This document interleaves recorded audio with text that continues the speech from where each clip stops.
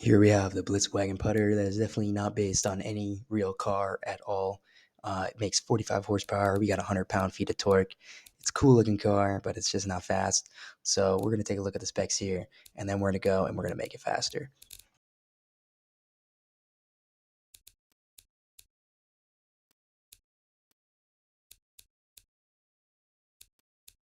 And some statistics to know about this car. It costs $8,500 in in-game money, which is super cheap. Uh, Gets about 30 miles a gallon, which is pretty good. It's got pretty much a bare bones engine here. And when you put it around the test track in this game, it gets a time of 3.5 minutes, which is real. It's horrible. So that's definitely going to have to be addressed. Now, here we're going to go ahead, clone the car, and begin to make edits.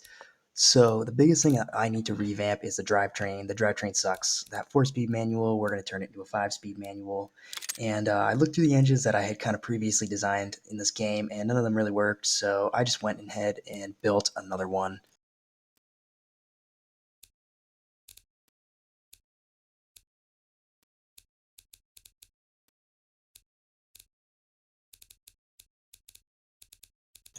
And here's the final product. It's a naturally aspirated inline 6. That's 3.2 liters of displacement. It's an aluminum block to cut down on some of the weight addition that we're going to add.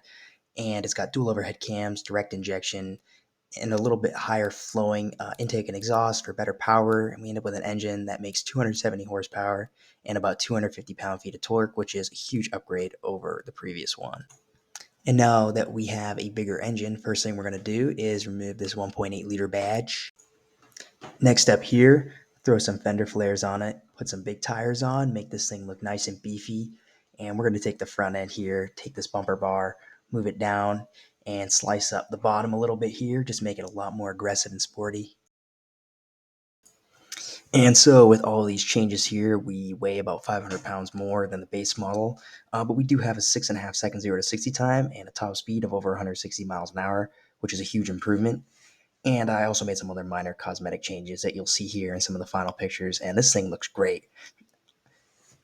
So now we're going to throw some grippier tires on. That's going to lower it to 0 to 60 by about a second, allow it to corner a lot better and accelerate a lot faster. And we're going to get a new track time and see how big of an improvement we've made.